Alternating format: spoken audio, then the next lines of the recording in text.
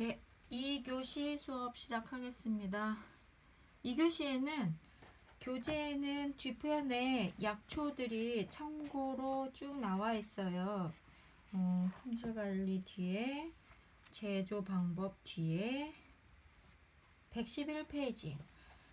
거기에 해당하는 약초이기도 하고, 제가 정리한 약초 몇 가지는 문헌 정리가 되어 있는 이 부분이기 때문에 여러분들이 참고해서 메모하시거나 제가 이 PPT, 7주차 PPT는 올려드릴 겁니다. 참고해서 보시면 되시겠습니다. 첫 번째 항노화 우리 화장품 원료로 설명을 드렸고요. 거기에 첨가해서 효능과 사용할 수 있는 가능 대표적인 약재 몇 가지예요. 거기 첫 번째 대조. 대조는 뭐죠? 대추예요. 대추 우리 식용으로 기능성 식품이나 약용으로도 사용을 하고, 대추는 미용 효과로서 제가 그 시간을 좀 단축하기 위해서 대추의 본초 설명은 여러분들이 공부하셨을 테고 교재상으로 참고하시거나 하시면 되고요. 미용 효과 부분, 화장품 부분은 피부에 대한 부분으로 요약 정리를 했습니다. 대추 같은 경우에는 대표적으로 노화 방지, 항노화 효과로 식용으로도 달여서 먹거나 끓여서 아니면 차로 마시거나 합니다. 그리고 이러한 왜 효과가 좋으냐면 우리 항산화 효과가 있는 대표 성분이 비타민 C였잖아요. 비타민 C의 함유량이 많고 이러한 증상이나 빈혈이나 뭐 기관지 소화 뭐 이런 부분은 약성, 우리 인체에 대한 양리 작용이라 하면 이런 비위를 튼튼하게 함으로써 우리의 피부에까지 영양 흡수 배설이 잘 되면 결과적으로 피부에까지 개선 효과가 나타납니다. 그래서 피부의 윤택함, 피부의 재생력, 피부의 탄력도가 이 대표적인 대조의 효과예요. 그래서 여러분들이 평상시에도 대추를 차로 끓여서 마시거나 대추를 살짝 덮거든요. 덮는다는 것은 후라이팬에 살짝 볶아요. 뜨거운 열이 아니라 3, 40도 정도 되는 거에 살짝 잘라서 볶은 다음에 말려놓으면 또는 건조기에 해도 되지만 그것을 차로 우려서 먹으면 부드러운 맛과 소화와 우리 대추 안에 있는 성분들이 혈관 내로 이동을 하면서 영양 흡수, 더 나아가서는 조직, 세포의 조직의 재생력이 뛰어나게 된다는 기전입니다. 그래서 비위 기능이 대추의 대표적인 효과다. 이런 대추 약재에 대한 효능은 그래도 여러분들이 전공자이기 때문에 기억을 하시면 좋겠습니다. 그리고 그 외에는 뭐 이런 인체 설사라든가 피로 회복, 이런 당, 우리의 기본적인 에너지 형성, 영양소의 흡수를 좋게 해주기 때문에 좀 밥맛이 없다던가 기운이 없다던가 이럴 때도 대추를 같이 병행해서 음식이나 사용을 합니다.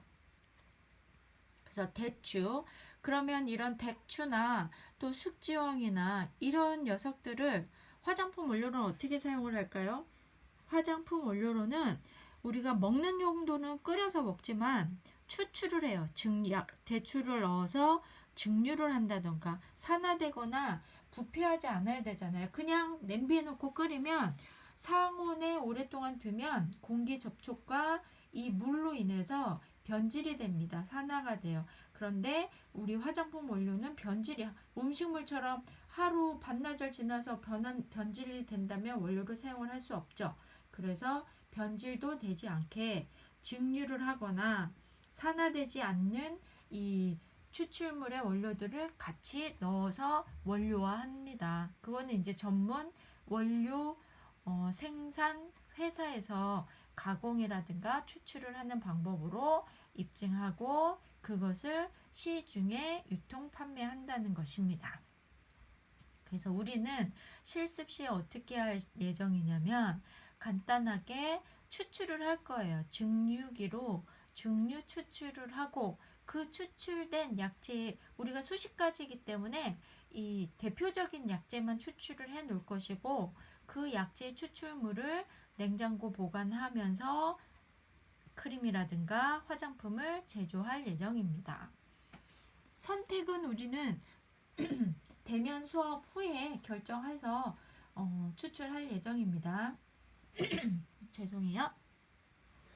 이어서 가겠습니다. 숙지황. 숙지황은 대표적으로 약재로도 우리 인체 영양 공급에 상당히 도움을 주는 약재예요. 피부로서도 특히 어떤 콜라겐 생합성, 콜라겐 합성을 증식한다는 얘기는 뭡니까? 우리의 조직 중에 이 탄력을 관여하는 피부 조직의 세포가 만들어내주는 이 조직이잖아요. 그러다 보니 이 콜라겐 합성을 증식시켜준다는 건 곧 콜라겐 엘라스틴을 만들어주는 이 섬유아세포의 일이 섬유아세포가 건강해지면서 콜라겐의 형성을 도와준다는 거예요. 그리고 노화를 시켜주지 않다는 것은 큰 기둥 역할을 만들어준다.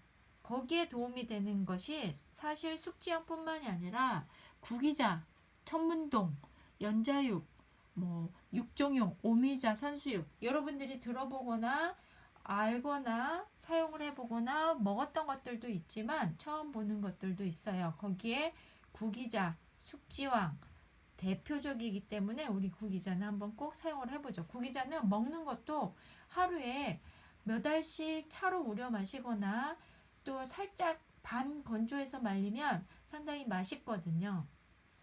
그래서 구기자 열매를 섭취하거나 해서 노화 방지, 항산화의 대표적인 약재입니다. 그래서 이런 약재들은 또한 강한 독성이 있다는 것이 치명적이거나 그런 것이 아니죠. 약성이 뛰어나면 우리 인체는 세포에 일들을 많이 시킨다고 이해하시면 돼요. 약성이 많다는 것은 우리 몸의 대사에 영향을 미치기 때문에 기력이 약하거나 면역이 약하신 분들은 아주 소량의 약성도 일을 하기 위해서는 공장에 연료가 없는데 일하기에는 힘들잖아요. 그런 사람들에게는 부담이 되는 거죠. 부담이 되면 어떤 장기가 제일 일을 많이 하나요? 간이 일을 많이 하기 때문에 그래서 본초나 약초의 약성이 면역이 아주 약하신 분들이나 떨어지신 분들이 정상인처럼 섭취하거나 사용을 하면 안 되죠. 그러나 우리는 화장품 원료로서는 이 희석이 돼서 추출된 추출물이기 때문에 대표적으로 약초들은 오일 성분이 많을까요? 수용성 성분이 많을까요? 이거는 한번 질문을 과제 퀴즈로 내볼까요? 수용성 성분이 많아요. 이 약재 안에는 지용성 성분이 많다면 우리가 얘기하는 아로마 향, 정류로 추출이 되겠죠. 그렇지만 이 지용성 성분보다는 휘발성이 아니더라도 지용성 성분보다는 수용성 성분이 많아서 대부분 추출수로 우려냅니다. 그래서 화장품 원료는 수용성 원료들이 많겠죠. 그래서 일부 지용성 원료들을 뽑아내기 위해서 지용성 원료로 침출하거나 우려내서 사용을 하기도 해요. 그러나 대다수가 지금 말씀드리는 것은 대부분의 수용성 성분이 약초에서는 추출되기 때문에 숙지향 추출물, 구기자 추출물 이런 식으로 사용을 하면 좋겠고 약재마다 어떤 약재는 지용성 성분이 많은 거, 어떤 약재는 수용성 성분이 많은 거 이런 부분이 약재의 특성을 알아야 된다는 거죠. 그러면 원료 생산 추출도 방법을 알게 됩니다. 중요한 거는 이제 숙지황은 콜라겐 합성에 도움을 주다 보니 주름 개선의 기능성 소재로 개발 가능성이 있다. 또한 지금 2010년에 이 처음 이제 가능성의 연구 자료가 나왔다면 그 다음으로는 이제 기능성 소재로 개발이 되었다. 이런 부분에 원료 보고서라든가 이런 것들도 있을 거예요. 그리고 원료화 되어 있는 부분도 한번 찾아보시는 것도 원료 찾는 방법 있죠. 화장품 원료 고시되어 있는 부분 그렇게 원료화한다. 그래서 이런 데이터가 바탕이 될 수 있다는 것을 말씀을 드립니다. 구기자, 숙지황, 연자육, 천문동, 오미자 우리가 식품으로도 정말 많이 먹는 거예요. 그 다음 백작약 작약 또한 약성이 아주 향이나 강하지 않으면서 피부 노화 개선의 검증. 레티놀 하면 비타민 A죠. 비타민 A는 조직 재생 효능이 아주 뛰어납니다.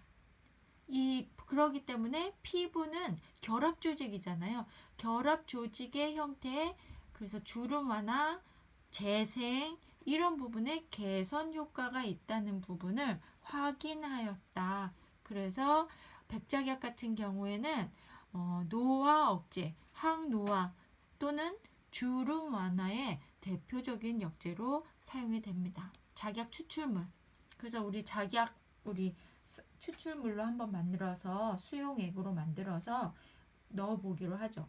지난해에도 여러분들 선별 시간에 당귀, 작약, 피부에 또 도움이 되는 금은화 이런 약재들을 사용을 해서 추출물도 만들고 추출 오일도 만들었어요. 그래서 수용성 성분과 유용성 성분의 함유가 되면서 피부에 화장품에 넣으면 어떤 느낌일까 이런 부분에 사용을 했는데 대부분 한방 화장품의 향취 그리고 화장품이라는 것이 한 번 사용을 해서 즉각 반응을 하는 것은 접혔던 주름이 한 번에 펴지는 게 화장품이 아니잖아요. 그러다 보니 꾸준하게 사용을 했을 때 외피, 표피 부분에는 보완, 미약하지만 이 도움을 주었다는 이 결과 때문에 기능성 화장품들이 사용을 하는 겁니다.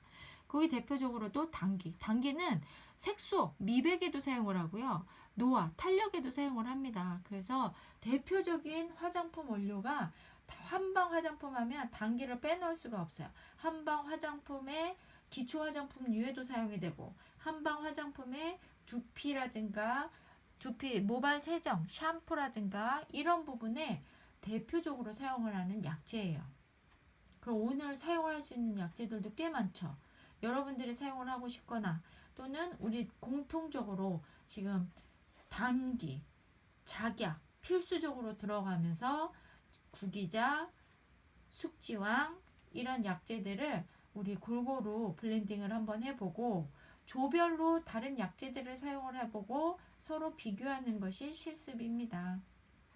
그래서 약초 리스트는 제가 계속 하고 있어요. 그래서 여러분들이 지금 공부하시는 주차별 지난주, 이번주 수업하는 이 본초 안에서 최대한 정리해서 조별로 나눠서 하는 걸로 계획을 잡겠습니다.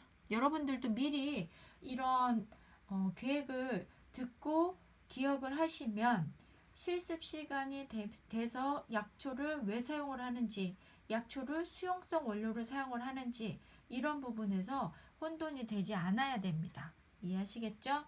그래서 지금 좀 전에도 우리 항노화의 대표적이죠. 구기자. 그래서 구기자는 눈에도 이제 청간명목이라고 해서 눈의 침침함, 이제 눈의 밝음, 간에 도움이 되는 대표적인 약재이기도 해요. 그 필요 영양 물질도 들어있고 그리고 또한 여기에서는 미백 작용, 산소 공급을 올려준다는 것은 피부의 산소 공급은 곧 혈액 순환이거든요. 혈액 순환이 잘 되면 세포의 조직 재생력이 점점 각질화되는 대표적으로 미백에 관여하는 멜라닌 세포도 각질을 만들어주는 각질이 잘 떨어지게 되면 멜라닌 세포도 적절하게 떨어져 나가요. 근데 말씀드렸죠. 각질화되는 각화 과정이 더뎌. 이 세포가 기능이 약하면 이 살아있는 각질 형성 세포가 각질되는 과정도 더디고 각질이 돼도 진상처럼 떨어져 나가지 않고 그렇게 되면 침착된 정도가 더 심해질 수 있다는 겁니다. 그런 부분에 도움을 줄 수 있는 대표적인 약재입니다. 그러면 항노화 화장품에 여러분들이 여드름뿐만 아니라 구기자, 당귀, 작약, 숙지왕, 대초 이런 몇 가지를 우리가 보았고요. 그러면 여드름도 마찬가지로 앞서 이 구기자 같은 경우에는 여드름, 미백, 노화 정말 다 모든 부분의 피부에 도움이 되는 약재입니다. 그 외에도 조금 더 문헌적 연구 결과로 봤을 때 감초, 감초는 항노화에도 사용이 되는 약재이기도 하고요.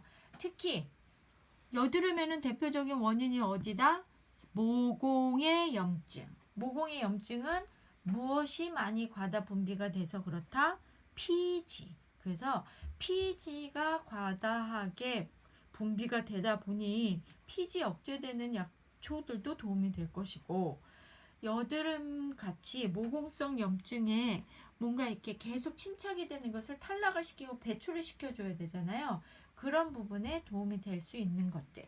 그래서 감초는 이런 염증성 뿐만이 아니라 이 플라보노이드 같은 경우에는 재생력 뭐 이런 부분에 도움이 되기 때문에 항노화 또한 여드름성 피부에 대표적으로 사용을 하는 약초다. 감초. 그 외에 이제 뭐 감초는 생강, 대추에 사용을 해서 식용으로도 많이 사용을 하죠. 약성을 갖고 있기 때문에 앞서 그 대조가 왜 피부에 도움이 되냐? 대표적인 효능이 소화였거든요. 소화에 도움이 되고 또한 이런 대추만이 아니라 생강, 대추가 서로 같이 감초까지 블렌딩을 한다면 특히 더 감초는 우리의 소화기를 중화시켜주고 약방의 감초 얘기 많이 들어보잖아요. 그래서 중화시켜주고 열이 많은 것도 내려주고 그리고 배출이 안 되는 것도 배출을 도와주고 이런 부분에서 이 감초는 상당히 여러 가지 약재들과 시너지가 될 수 있는 상승 효과가 있는 그런 약재다. 그 블렌딩을 했을 때 그런 대표적인 약재로 기억을 하시면 됩니다. 그 외에도 여기 이제 피부염, 여드름, 주근깨, 염증 치료에 좀 뚜렷한 치료 효과를 봤다. 이런 부분에서 왜 여드름이 외부에 가면 아까처럼 모공에 염증이 생긴 피지가 있는 부분도 있고 습진이나 외부 그 음식에 의해서 아니면 환경에 의해서 두드러기가 생기는 경우 이런 경우에도 혈관에 독소나 노폐물들을 배출시켜 줄 수 있기 때문에 피부적인 부분에 개선을 줄 수 있는 거예요. 저도 참고적으로 며칠 전에 음식물에 의해서 피부 트러블, 그 두드러기가 났어요. 지난주에. 그래서 한 이틀 제가 고생을 했는데 그때 먹는 음식으로 생긴 거기 때문에 먹는 음식 그 약재나 이 항생제를 빨리 먹어야 돼요. 그렇지 않고서는 외부 환경, 자외선이나 피부 감염이나 이런 부분은 외부 제제, 연고라든가 이런 부분에서 사용이 될 수 있으나 먹는 음식에 의한 거는 혈관에 지금 영향을 미치기 때문에 빠른 혈관 정화를 시켜줄 수 있는 약이나 그런 먹는 방법, 미온수라도 최소한의 이런 방법을 해야 되는데 피부 표면이 제가 너무 두드러기 때문에 간지러운 거예요. 그럴 때 약도 먹었지만 일시적으로 제가 사용을 한 거는 이제 약초를 우린 추출물이 있어요. 추출수.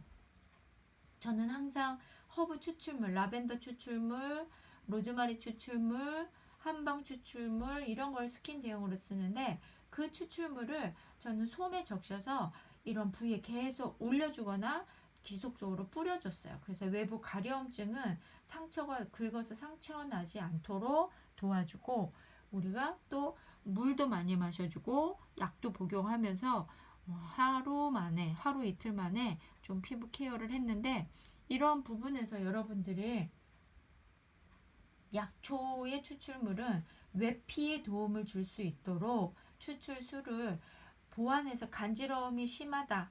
그런 부분은 뿌려주거나 이 원료를 사용해서 화장품처럼 도포를 한다면 진정을 시켜주거나 붉은증을 안정을 시켜주는 거예요. 그런 목적의 화장품입니다. 그래서 화장품의 원료로 사용이 되는 약초, 감초, 여드름에는 대표적인 감초가 뛰어나기 때문에 감초 한 가지만 넣었어요. 다른 것도 넣으면 여러분들이 약초에 대한 혼돈이 있을 것 같아서 감초, 구기자, 당기, 작약, 숙지황, 대조, 대추 여기까지입니다. 그래서 이번 시간에는 그 약재 몇 가지를 우리가 화장품에 사용을 되는 항노화, 여드름, 주름 재생에 도움이 되는 약재들을 알아봤습니다. 그러면 잠시 쉬는 시간 하고 그 뒤에 부분이 우리 품질 관리죠. 품질 관리와 이런 부분을 제가 또 설명을 드리겠습니다. 쉬는 시간 후에 만나겠습니다.